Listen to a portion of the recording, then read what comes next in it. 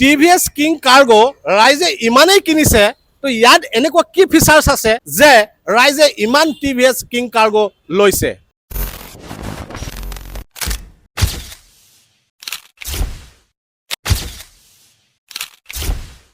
চফৰ মস্তি কাম জবৰদস্ত। এইখন হৈছে কাৰ্গো ইভি অটো। ইয়াতে আপুনি চিলিণ্ডাৰ উঠাব পাৰে, আৰু আপুনি যদি ভেজিটেবল বিজনেছ কৰে তো আপুনি ভেজিটেবলো আপুনি নিব পাৰিব।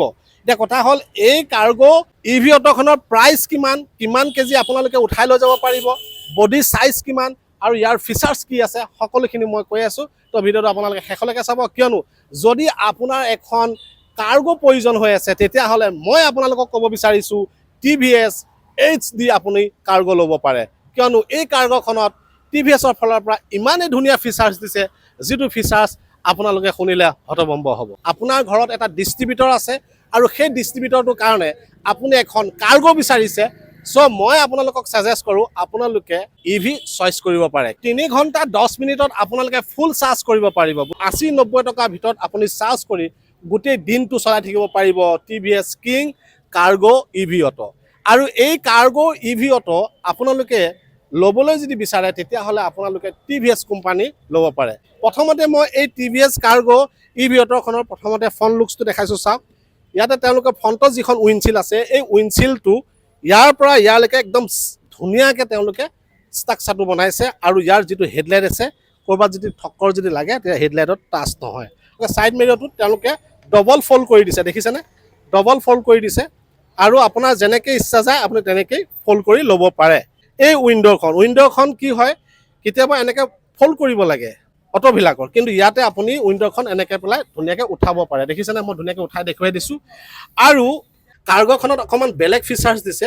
ইয়াতে আপুনি যদি চলাব বিচাৰে হাই স্পীডত, এনেকৈ হাই স্পীডত দিব লাগিব। এইটো দেখিছে হাই স্পীড, এইটো নিউট্ৰেল, আৰু এইটো হৈছে ল' স্পীড। আৰু ইয়াতে আপোনালোকে 3টা মুড পাই যাব, ৰাইড মুড, ড্ৰাইভ মুড আৰু মিডিয়াম মুড। আৰু ইয়াতে আপোনালোকে ডিজিটেল এটা মিটাৰ পাই যাব। এইখন হৈছে কাৰ্গো, আৰু ইয়াৰ ইণ্টেৰিয়ৰ যিটো স্পেচটো খুবেই ধুনীয়া। যদি আপুনি ইভি কাৰ্গো ল'ম বুলি ভাবি আছে, চ' এখন আপোনাৰ কাৰণে বেষ্ট হ'ব। আৰু এটা বস্তু মই আপোনালোকক দেখুৱাই আছোঁ, এই কাৰ্গোখনৰ প্ৰাইচটো আছে 3,99,000। 3,99,000 প্ৰাইচ ৰাখিছে, আৰু 95% আপোনালোকে ফাণ্ডিং কৰিব পাৰিব। এতিয়া ফাণ্ডিংটো কি বুজি পাইছেনে? ফাণ্ডিংটো হৈছে লাখত 5,000 টকা দিলে আপোনালোকে টিভিএছ ইভি কাৰ্গো আপোনালোকে ল'ব পাৰিব। আৰু এটা বস্তু মই আপোনালোকক দেখুৱাই আছোঁ, এই টিভিএছ কাৰ্গোখনৰ ৰেঞ্জটো আপোনালোকে জানিব লাগিব। ৰেঞ্জটো যদি আপোনালোকে জানিব বিচাৰে তেতিয়াহ'লে 149 কিলোমিটাৰ আপোনালোকে ৰেঞ্জ পাব এই টিভিএছ কাৰ্গোখনত। আৰু আপোনালোকে এই বডি যিটো চাইজ, এই বডি দীঘে পথালীয়া যিটো চাইজ আছে, এই দীঘে পথালীয়া চাইজটো হৈছে 6.5 ফুট বাই 5.5 ফুট। আৰু ইয়াতে লকিং ছিষ্টেম দিছে, আপুনি ধৰক দৌৰখন লক কৰি ৰাখিবও পাৰে। এতিয়া কথা হ'ল, তো আপোনালোকে এই ভিডিঅ'টোৰ পৰা কেনে পালে ইনফৰমেশ্যনটো? যদি আপুনি এখন টিভিএছ কিং কাৰ্গো ল'ম বুলি ভাবিছে, আপোনাৰ ব্যৱসায় ক্ষেত্ৰত লগাব বিচাৰে, তেতিয়াহ'লে মই কওঁ আপোনালোকে টিভিএছ কিং কাৰ্গো আপোনাৰ ঘৰত লৈ যাওক, আৰু আপুনি ব্যৱসায় কৰি স্বাৱলম্বী হওক। যদি ভিডিঅ'টো চাই ভাল পালে লাইক, কমেণ্ট, শ্বেয়াৰ কৰিব, আৰু 10জনলৈ ভিডিঅ'টো শ্বেয়াৰ কৰিব যিসকলে এখন কাৰ্গো কিনিম বুলি ভাবি আছে। ধন্যবাদ।